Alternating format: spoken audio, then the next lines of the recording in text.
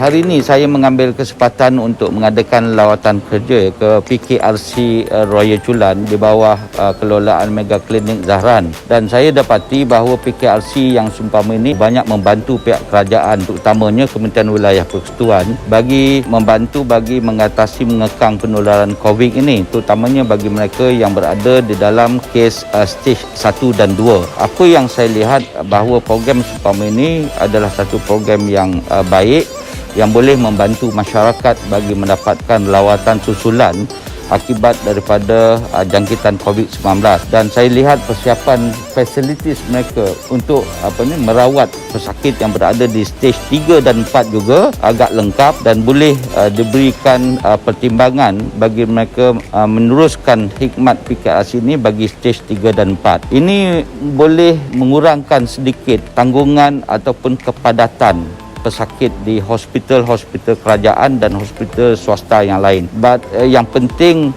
yang saya tekankan kepada pengurusan mega klinik ialah supaya charge rawatan itu tidak terlalu tinggi, kerana ini boleh membantu pesakit-pesakit mengurangkan kos perubatan mereka. Dan yang penting bagi kita ialah pengisian ketika rawatan itu dibuat, selain daripada pemeriksaan kesihatan secara harian, selain daripada pegawai perubatan yang berada di kawasan PKRC selama 24 jam, dan juga program-program yang melibatkan motivasi keagamaan dan sebagainya. Ini penting bagi kita membina semula keyakinan mereka-mereka yang dijangkiti dengan COVID-19 ini. Saya juga lihat bahawa hasil daripada penularan dan tekanan COVID ini, kita mengalami banyak masalah akibat daripada COVID ini. Pertamanya, selain daripada tekanan ekonomi, keluarga, masyarakat, negara dan negeri, kita juga mengalami masalah dalam soal yang berkaitan dengan sosial, pendidikan, dan juga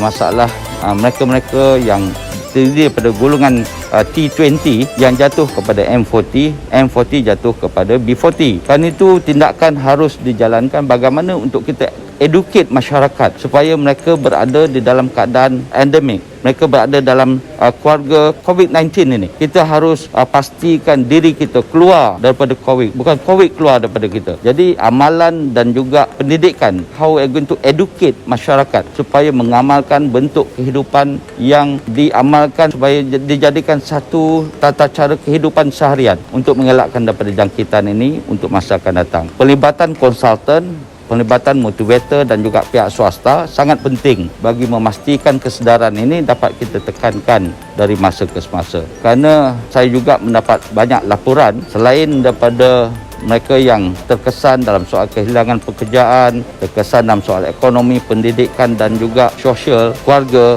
hubungan keluarga, suami dan isteri dan sebagainya, mereka juga ada kes-kes tertentu yang sudah mula kita kesan, pihak yang tertentu yang sudah ada tanda-tanda simptom mental disorder ataupun gangguan pemikiran, mental illness. Pihak kementerian, saya dah minta supaya kita lihat semula apakah langkah terbaik untuk kita mengatasi golongan ini bagi wilayah Kuala Lumpur, insyaAllah. Mental illness ni, cara dasarnya, the exact figure saya belum dapat lagi. Kita tengah buat survey, tetapi pada secara kasarnya tidak kurang daripada 45 ke 50 kes sudah berada di sekitar ibu kota sekarang yang harus kita lihat. Daripada gelandanan tetapi sudah masuk kepada golongan mental disorder. Masalah mental sekarang. Saya dah minta supaya satu jawatankuasa task force membincangkan bagaimana untuk mengatasi masalah gelandanan secara lebih spesifik, dan dalam masa yang sama juga untuk mengambil kira kes-kes mereka yang terlibat dengan masalah mental. Saya sudah minta supaya jawatankuasa task force ini untuk menggariskan beberapa panduan dan SOP bagi membantu mereka yang terlibat di dalam kes. Kita dah mesyuarat tadi jawatankuasa ini, dan saya akan dapatkan laporan lengkap untuk kita execute segala langkah-langkah yang dicadangkan oleh pakar-pakar yang terlibat dalam kes ini. Tentunya dalam segala tindakan ataupun perbincangan dalam komiti kita, adalah merupakan perbincangan dan juga jawatankuasa yang dianggotai secara collaborate antara jabatan-jabatan, pihak DBKL, pihak penguatkuasaan, Jabatan Kesihatan Wilayah Persekutuan, Jabatan Kebajikan tentunya, dan beberapa pihak yang lain, supaya dapat kita gabungkan ke semua pemikiran pakar ini untuk membantu warga kota yang mengalami masalah hasil daripada tekanan pandemik ini.